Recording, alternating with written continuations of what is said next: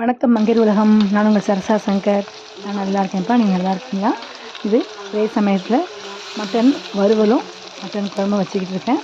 வானலில் 2 வானலில் போட்டாச்சு. 2லேயும் எண்ணெய் ஊற்றிட்டு பட்டை லவங்க பொடியெல்லாம் போட்டுட்டு கொத்தமல்லி புதினாலாம் அரைச்சி வச்சேன் பேஸ்ட்டு போட்டுட்டேன்.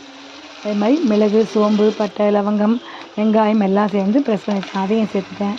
இந்த அரவை ஊற்றுறேன் இல்லையா, அதில் தேங்காய், மிளகு, சோம்பு, இஞ்சி, பூண்டு, வெங்காயம், தக்காளி சேர்த்து அரைச்சி வச்சுட்டேன். வறுக்கிறதுக்கு கொஞ்சம் கட்டியாடு சேர்த்துக்கிட்டேன். குழம்புக்கு கொஞ்சம் மிக்சியை கழுவி தண்ணி ஊற்றி தாராளமாக ஊற்றிருக்கேன். 2லேயும் உப்பு, மஞ்சள் தூள், மிளகாய் தூள் 3 சேர்த்துக்கிட்டேன். குழம்புல கொஞ்சம் கரம் மசாலா, தனியா பொடி வறுக்கிறதுக்கு ஒரு 1/2 ஸ்பூன் போட்டிருக்கேன். குழம்புக்கு 2 ஸ்பூன் போடுறேன். அப்போ தான் கொஞ்சம் திக்னஸ் கொடுக்கும். இது இதுக்கு முன்னாடி வீடியோவில் இதை மட்டனையும் வறுக்கிறதுக்கும் சூப்புக்கும் எப்படி வைக்கணுங்கிறது சேம் டைம் குக்கரில் வச்சுருக்கேன். அதையும் போட்டிருக்கேன். சேனலை சப்ஸ்கிரைப் பண்ணிட்டு அதையும் பாருங்கள். சூப் வைக்கிறதும் போட்டிருக்கேன். நீங்கள் சேனலை சப்ஸ்கிரைப் பண்ணிங்கன்னா அதையும் பார்க்கலாம். கொஞ்சமாக தண்ணி ஊற்றி, ஏன்னா குக்கர் திறந்து அந்த சூப்பு வேக வச்சுருக்கோம் இல்லையா, மட்டும் எடுக்கிறதுக்குள்ளே மசாலா இந்த மாதிரி ரெடி பண்ணி வச்சுட்டிங்கன்னா வானலில் டைம் சேவ் ஆகும். இது வறுக்கிறதுக்கு. ஸோ குழம்புக்கும் என்னெல்லாம் போடணுமோ போட்டு குழம்பு கொதிச்சுக்கிட்டே இருக்கும். இந்த குழம்பு கொதிக்கிறதுக்குள்ளே ஒரு சைடில் குக்கரில் வேகத்துலேயே அந்த மட்டனை எடுத்து உடனே சேர்த்துடலாம். அப்போ வாசம் நமக்கு சமையல் முடிஞ்சிடும். நான் எப்போவுமே என்னோடய மெத்தட் இப்படி தான் செய்வேன். மட்டன் குக்கர் இறக்கி வச்சுட்டேன்.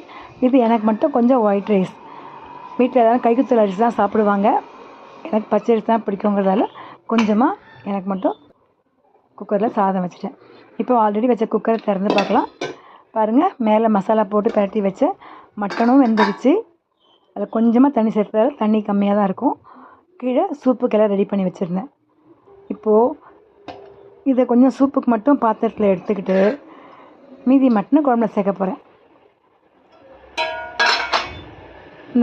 இப்போ நம்ம ஆல்ரெடி தாளித்தோம் இல்லையா, அந்த மசாலா செவந்து அந்த மசாலா வாசனை போய் ரெடியாக இருக்குது. இப்போது நம்ம அந்த மட்டன் சேர்த்த உடனே 10 நிமிஷம் நல்லா செவக்க விட்டால் போதும், ரெடி ஆகிடும். அது வேகத்துக்கு டைம் எடுக்கும். கேஸும் மிச்சமாகும், டைமும் மிச்சமாகும். ஸோ இதை மிக்ஸ் பண்ணிவிட்டு மூடி வைக்க வேண்டியது தான். இப்போது சூப்புக்கு ஒரு பவுலில் நான் வேக வச்சு அந்த தண்ணியை எடுத்துக்கிட்டேன். ஃபுல்லாக ஊற்றிடக்கூடாது, குழம்பு டேஸ்ட் இருக்காது. ஸோ குழம்புக்கும் கொஞ்சம் எடுத்துக்கணும். ஆக்சுவலாக சூப்புக்காக தான் இன்றைக்கி மட்டன் வாங்கினதே, அதனால் நிறைய சூப்பு வச்சுட்டேன். இப்போது மீதி மட்டனை குழம்புல போட்டு கொதிக்க வச்சிங்கன்னா குழம்பு ரெடி, சூப்பர் ரெடி, வறுவல் ரெடி. வீடியோ பிடிச்ச லைக் பண்ணுங்கள், ஷேர் பண்ணுங்கள், சப்ஸ்கிரைப் பண்ணுங்கள். இருந்தாலும் நாளாக இருக்கும். பாய்.